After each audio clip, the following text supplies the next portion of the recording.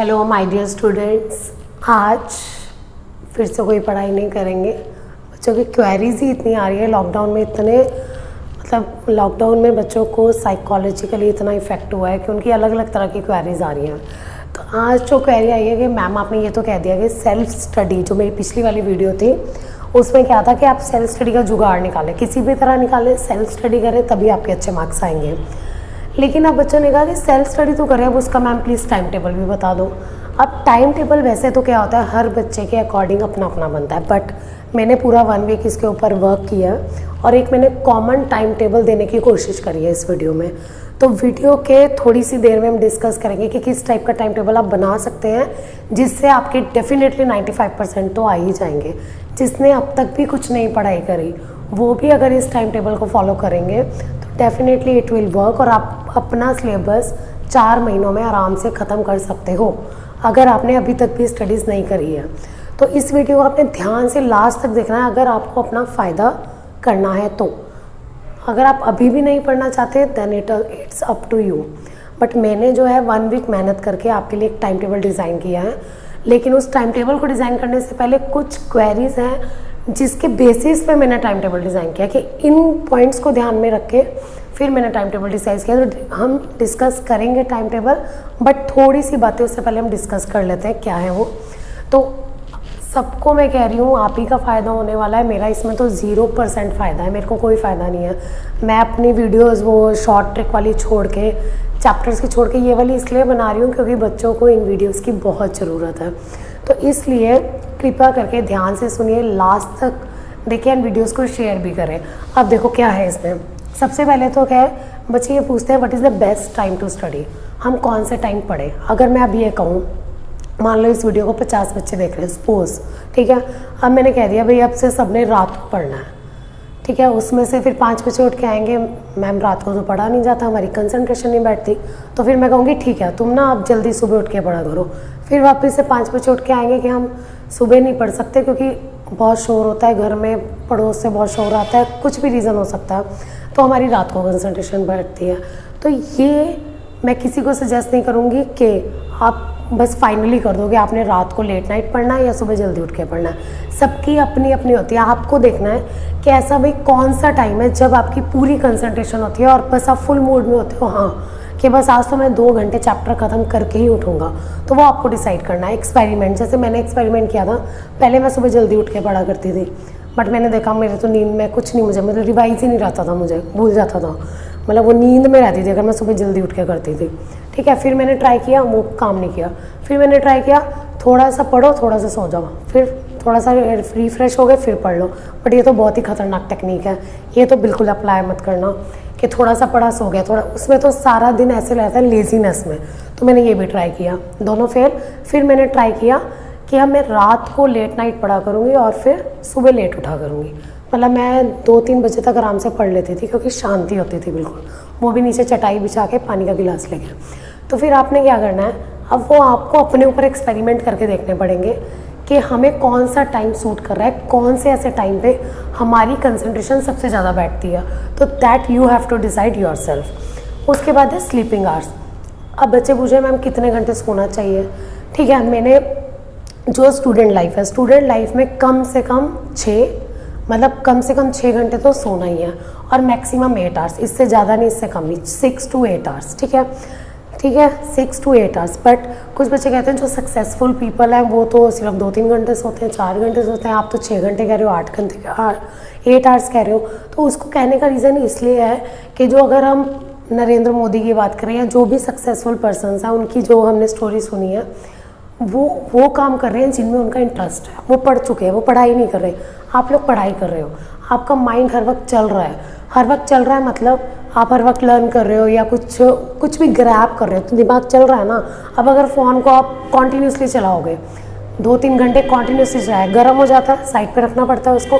Side पे इसलिए रखना पड़ता है कि थोड़ा सा भाई तो आराम ले ले, ठंडा हो जा, फिर से वापस से चालू होगा। तो इसीलिए आपके दिमाग को भी रेस्ट चाहिए। तो 8 घंटे स्टूडेंट लाइफ में मस्ट है सोना, तभी आप अच्छे से अपने जो भी आपने करा है, लर्न किया है, वो मतलब आगे तक याद रहेगा। अगर आप रेस्ट नहीं दोगे, आप बहुत ज़्यादा मतलब कहते हैं ना फेडअप हो जाओगे और आपका फिर कुछ करने का मन नहीं करेगा। दिमाग को रेस्ट चाहिए, तो आपके स्लीपिंग आवर्स 6 to 8 आवर्स होने ही चाहिए, ठीक है। उसके बाद है हम कंसंट्रेशन कैसे बढ़ाएं। डिजिटल एरा है, सारा कुछ क्या हो रहा है, डिजिटली हो रहा है। डिजिटली मीन सब कुछ आप ऑनलाइन कर रहे हो।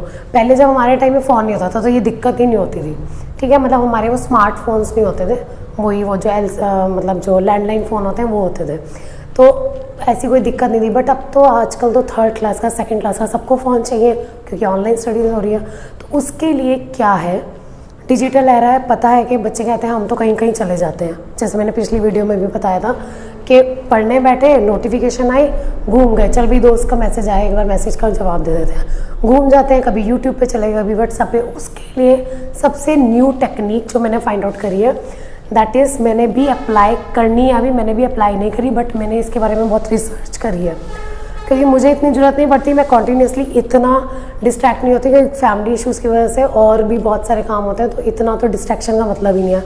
बट स्टूडेंट लाइफ में आई नो डिस्ट्रैक्शन बहुत ज़्यादा होती है। तो पोमोडोरो टेक्निक, अब पोमोडोरो टेक्निक क्या है?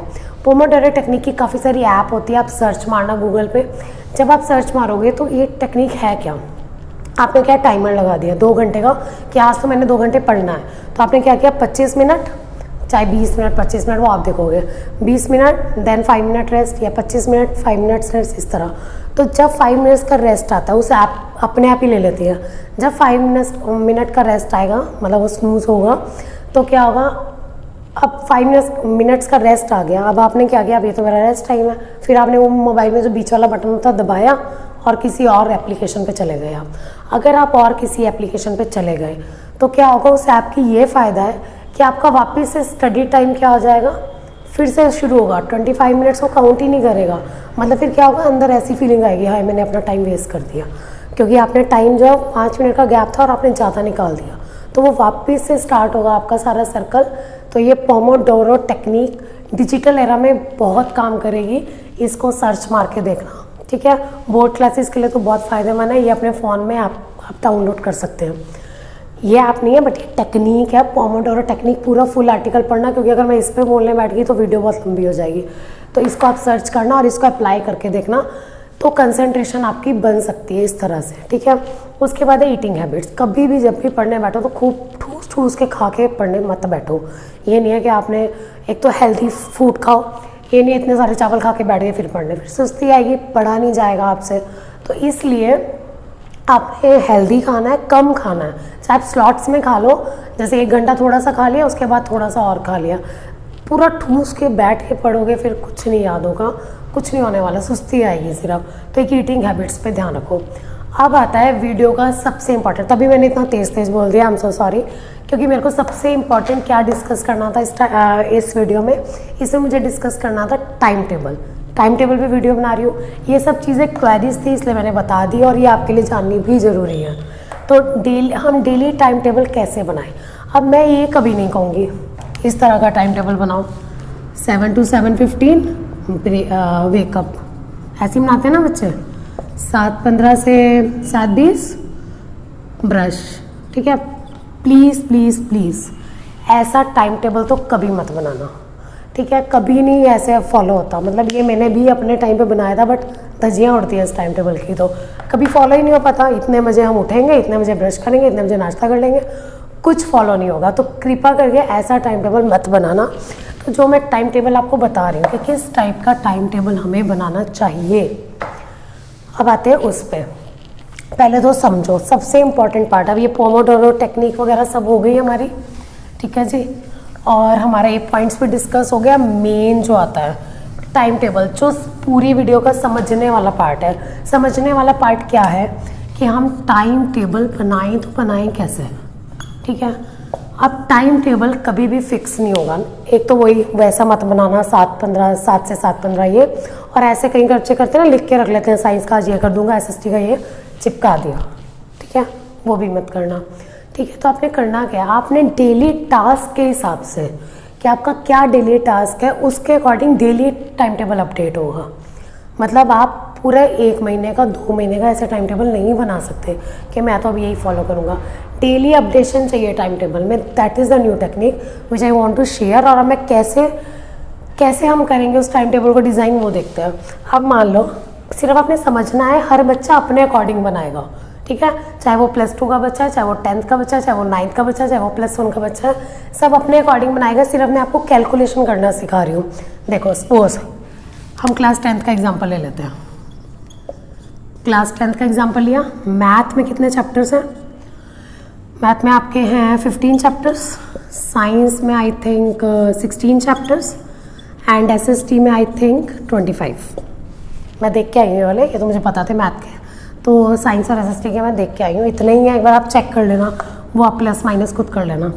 तो ये क्योंकि साइंस SST में पोल साइंस भी है और हिस्ट्री भी है आपकी, इकोनॉमिक्स भी है, सिविक्स भी है, उसको मिला के मैं बोल रही हूँ। तो इसमें क्या है आपके कि जो SST है ये 3 मेन सब्जेक्ट में ले रही हूँ। आपने 3 का ही टाइम टेबल बनाना है। मैं हिंदी इंग्लिश को क्यों इंक्लूड नहीं कर रही? हिंदी इंग्लिश तो उतनी भी करोगे ना जितनी स्कूल में चल रही है, बहुत है। आपको इसमें सेल्फ स्टडी आपको डालनी ही पड़ेगी, सेल्फ स्टडी आपको करनी ही पड़ेगी, नो ऑप्शन फॉर दैट, अगर आपको अच्छे मार्क्स लेने हैं तो। अब सब बच्चे कहेंगे भाई हमने तो 95% लेने नहीं, हमारा तो गोल ही नहीं है, तो हम क्यों देखें ये वीडियो। सोचने में क्या जाता है, ज़्यादा सोचोगे कुछ तो आएंगे, तो ज़्यादा सोचो, यही टाइम टेबल फॉलो करो, आपके भी अच्छे मार्क्स आएंगे। तो आप देखो ये टोटल चैप्टर हो गए, कितने हो गए? 5 11 5 16 2 3 4 5, ठीक है, 56 हो गए। 56 चैप्टर्स हो गए टोटल। अब 56 चैप्टर्स आपको करने हैं कितने मंथ्स में? देखो आपके पास अब कितने, मैं सितंबर को काउंट नहीं कर रही, कितने मंथ्स बचे हैं आपके पास? 4 मंथ्स बचे हैं। चैप्टर्स कितने करने हैं? 56 चैप्टर्स करने हैं। 56 चैप्टर्स करने हैं, 4 महीनों में करने हैं। तो 1 महीने में कितने चैप्टर करने पड़ेंगे? ये तो सिंपल सा मैथ है। 56 को डिवाइड कर दिया 4 से। 4 महीने हमारे पास, अक्टूबर नवंबर दिसंबर जनवरी, बस। फैब को भी काउंट मत करो, फैब रखो रिवीजन के लिए, क्योंकि हार्डली 10 दिन ही मिलेंगे, बस वही होगा कि आपको रिवीजन करनी है। अब कुछ बच्चे कहेंगे हमारा तो काफ़ी सिलेबस हो चुका है, कोई बात नहीं, जितना आपका रह गया है, एक हो चुका में और उसमें डिफरेंस क्या है? हो चुका, पहले ये अपने आप से पूछो कि जितना आपने कर लिया, क्या आपके सारे कंसेप्ट क्लियर है? आप कॉन्फिडेंट हो कि जितना आपने किया, आपसे कोई भी क्वेश्चन पूछ लिया जाए आपको आता है, तो हाँ हो चुका है। लेकिन अगर मान लो अभी भी डाउट है, नहीं अभी मैम अभी अगर आप कोई क्वेश्चन पूछोगे तो हमें नहीं आता होगा, इस टॉपिक में डाउट है, तो वो इसका मतलब उसको आपको दोबारा से करने की ज़रूरत है। तो कोई बात नहीं, 4 महीनों में भी वो प्लान हो सकता है। कैसे? 4 महीने आपके पास है। मैं ये क्लास 10th का एग्जाम्पल ले रही हूँ, +2 वाले खुद डिज़ाइन कर लेंगे, दे आर वेरी स्मार्ट। तो थोड़े ये 10th वाले नन्हे मुन्ने हैं, उनको मैं समझा रही हूँ। 4 महीने हैं आपके पास, 3 सब्जेक्ट के 56 चैप्टर हैं। तो 4 महीने, 1 मंथ में कितने चैप्टर हो गए? 14। मतलब कि आपका टारगेट क्या होना चाहिए? अब अगर ये टारगेट नहीं रखा तो हाथ से टाइम निकल जाएगा। तो आपका क्या टारगेट होना चाहिए कि 1 मंथ में आपको 14 चैप्टर्स करने ही करने हैं। अब 14 चैप्टर आपके माइंड में ये आ गया कि मेरे को 14 चैप्टर 1 महीने में करने ही करने हैं। अब कैसे करोगे? दूसरी टेक्निक, ये तो आपने सबने अपनी कैलकुलेशन करनी है, ठीक है, कि मैंने इतने चैप्टर 1 महीने में करने हैं, कर लिए, ये कर लिया।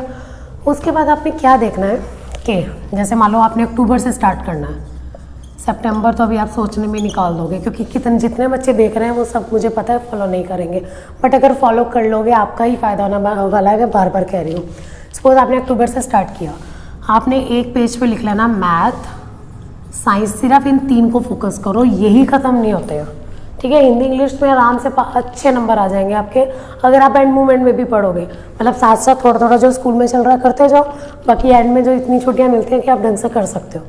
तो आपने क्या करना है, मान लो किसी बच्चे का भी सिलेबस हुआ ही नहीं, कई बच्चे होंगे, 3 कैटेगरी के बच्चे हैं, जिन्होंने बहुत कुछ कर रखा होगा, जिन्होंने कुछ कर रखा होगा, जिन्होंने अभी कुछ नहीं करा होगा। तो ये सबके लिए यूज़फुल है। कैसे? समझो इसको। सपोज अभी मैं लेके चल रही हूँ जिन्होंने कुछ नहीं किया, तो मतलब वो चैप्टर 1 से उठाएंगे, ठीक है, चैप्टर 1 से उठाएंगे ना, लिख लो ये चैप्टर सारे एंड सो ऑन, जितने भी हैं सब लिख डालो, ठीक है। कम से कम एटलीस्ट 15 तो लिख दो, क्योंकि 1 महीने में मैंने क्या बोला, 14 चैप्टर कवर करने, तो ये मैंने लिख दिया। उसके बाद आपने क्या करना, रोज़ अक्टूबर का भी सिर्फ प्लान करना, रोज़ आपने थोड़ा थोड़ा, ये मत करना कि आज तो मैंने मैथ का भी एक पूरा उड़ा देना है, एक साइंस का भी उड़ा देना है, एसएसटी का भी। क्यों कह रही हूँ मैं ऐसा मत करना, क्योंकि अगर एक महीने में 1 मंथ में 14 चैप्टर्स आपके बन रहे हैं तो 30 डेज में कितने बनेंगे? 14/30 मतलब समथिंग लाइक लगा लो हाफ ही चैप्टर बनता है, इससे भी ज़्यादा नहीं बनेगा, ठीक है, हाफ से भी कम ही बनेगा। तो हाफ चैप्टर अगर आप लेते हो, ये अप्रॉक्सीमेट कैलकुलेशन है, तो हाफ चैप्टर एक दिन में उड़ाना होता है। अब आप क्या करोगे, मैं इसका हाफ लूँ, इसका हाफ लूँ, इसका हाफ लूँ, ऐसे तो कैलकुलेशन नहीं हो सकती ना। तो आपने क्या करना है, थोड़ा सा मैथ का, जैसे आपको खुद डिज़ाइन करना है कि मैथ की चलो आज एक एक्सरसाइज कर लेंगे, साइंस का थोड़ा सा रीड कर लेते हैं अच्छी तरह, और इतना अच्छी तरह कर लेते हैं कि बाद में हमें दोबारा रीड करने की जरूरत ही ना पड़े और सारे कंसेप्ट आते हो। ऐसे ही थोड़ा एसएसटी का, इससे प्रोडक्टिविटी बढ़ती है। अगर आप कहोगे ना कि आज 3 चैप्टर ही मैथ के कर डालते हैं, आज 3 चैप्टर, तो आपकी प्रोडक्टिविटी बिल्कुल डाउन चली जाएगी। प्रोडक्टिविटी इंक्रीज कब होगी? जब आप पैरेलल चलाओगे, थोड़ा सा मैथ का चलाओगे, थोड़ा साइंस का, थोड़ा एसएसटी का, पैरेलल चलाना है आपने। जब तक आप पैरेलल नहीं चलाओगे आपके रिजल्ट्स नहीं आएंगे। पैरेलल चलाओ 1 पॉइंट, ठीक है। उसके बाद अब ये चार्ट बनाने का फ़ायदा क्या है, ये चीज़ आपको लगानी है। ये सारे चैप्टर्स लिख लो, 15 14 जितने भी हैं, मतलब बनेंगे तो 56 एक ही बार में नहीं लिख लेना है। आपने क्या करना है, 14-15 लिख लेना है। उसके बाद आप क्या करोगे, जब आपका चैप्टर 1 मैथ का पूरा खत्म हो जाए, क्रॉस कर दो। ऐसे ही क्रॉस मत कर देना, जब खत्म हो जाए कि हाँ अब मुझे अच्छी तरह आता है, क्रॉस कर दो। साइंस का पहला चैप्टर हो गया, क्रॉस कर दो। एसएसटी का पहला चैप्टर हो गया, क्रॉस कर दो। अंदर से आपको कॉन्फिडेंस आता जाएगा कि हाँ भाई मेरे इतने चैप्टर हो गए हैं, और आपको ये भी पता लगता जाएगा कि मेरे को महीने में 14 चैप्टर्स करने थे और अभी तक मेरे इतने हुए हैं। तो आप डेली अपने आप अपडेशन होती जाएगी। मान लो किसी दिन कम भी किया, अगले दिन आपको ज़्यादा करना पड़ेगा कि हाँ अभी इतने दिन बचे हैं तो मुझे थोड़ा सा अपनी स्पीड को बढ़ाना पड़ेगा। तो ये तरीका होता है। आप ऐसे डिफाइन नहीं कर सकते आज मैं 2 क्वेश्चन लर्न कर लूँगा, आज मैं 3 क्वेश्चन कर लूँगा। वो मतलब वो चल सकता है छोटी क्लासेस में। Being in board class you have to be stick to time table like this, right. तो वो क्रॉस करते जाओ। उसके बाद अपने आप कॉन्फिडेंस आता जाएगा। आप कई बच्चे कहेंगे हम चैप्टर 1 से क्यों स्टार्ट करें, हमारा तो हो गया। मत करो भाई, जहाँ मैंने चैप्टर 1 लिखा है आपके जितने हो गए, बट ये चीज़ बनाना बहुत काम आएगी। मान लो किसी के 5 चैप्टर हो गए, आप सीधा 5 से शुरू करो ना, 5 6 7 जहाँ से है वहाँ से स्टार्ट करो, ठीक है। जहाँ से भी है वहाँ से स्टार्ट करो, इट विल वर्क। और जो होता जाए उसे काटा मारते जाओ, सामने स्टडी टेबल के सामने चिपका दो इसको कि हाँ तब तक आपने नहीं काटना। मान लो आपने 5th चैप्टर की 3 एक्सरसाइज है, 5.1 ही हुई है, अभी काटा मत मारो। जिस दिन 5th चैप्टर पूरा खत्म हो जाए यहाँ से हटा दो, काटा लगा दो, क्रॉस कि मेरा ये हो गया, ठीक है। तो इस तरह से आपको प्लान करना है। ये मैं आपको टेक्निक देना चाहती थी। वो घिसी पिटी टेक्निक प्लीज़ मत अप्लाई करना, रिजल्ट नहीं आएंगे। पैरेलल चलाना चैप्टर्स को, एक ये मोटिव है। तो ये था ऑल अबाउट कि मैंने किस तरह से आपका डिज़ाइन किया। आई होप कि आप इसको फॉलो करोगे। और कमेंट सेक्शन में अगर कोई 10th क्लास का या +2 का बच्चा अपना टाइम टेबल प्लान करता है तो प्लीज़ कमेंट सेक्शन में भी शेयर करें। मान लो अगर किसी ने को नहीं समझ में आ रहा, आप पूरा डिज़ाइन करके और पूरा मतलब किसी के कितने चैप्टर होंगे, किसी के कितने होंगे, +2 में कितने होंगे, आई डोंट नो। जैसे +2 में आप मेन बना सकते हैं फिजिक्स केमिस्ट्री मैथ का, फिजिक्स केमिस्ट्री बायो का, मेडिकल वाले, कॉमर्स वाले अकाउंट्स का, इकोनॉमिक्स का, जो भी उनके पास सब्जेक्ट मेजर सब्जेक्ट है उनका बना सकते हैं। तो वो आपको डिसाइड करना है कितने चैप्टर्स है, कैसे वो वर्कआउट होंगे। तो it all depends on you. Now you have to be on your toes. तो बस लग जाओ, टाइम टेबल बनाओ, तोड़ दो फोड़ दो, पढ़ाई में लग जाओ। अब आपको सिर्फ पढ़ाई के बारे में सोचना है, सिर्फ 4 महीने रह गए। हाँ, we are always there to support you. Any query you can leave in the comment section, and do not forget to subscribe our channel because your success is our goal. Thank you.